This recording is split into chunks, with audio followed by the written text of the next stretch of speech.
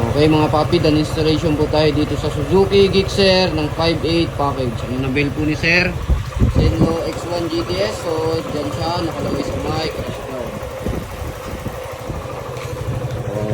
Ilaw ni sir, low beam, white, high beam, yellow. Tapos ginamit natin switch ni sir, domino 3-way switch.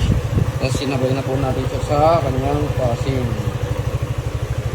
Low beam,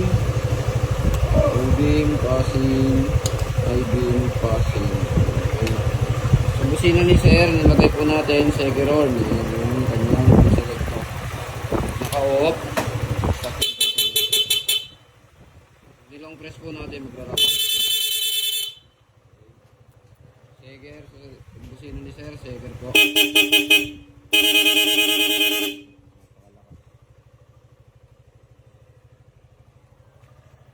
Okay, kung nagustuhan nyo yung mga ganitong promo packages namin, pumunta lang po dito sa Scootristas online shop.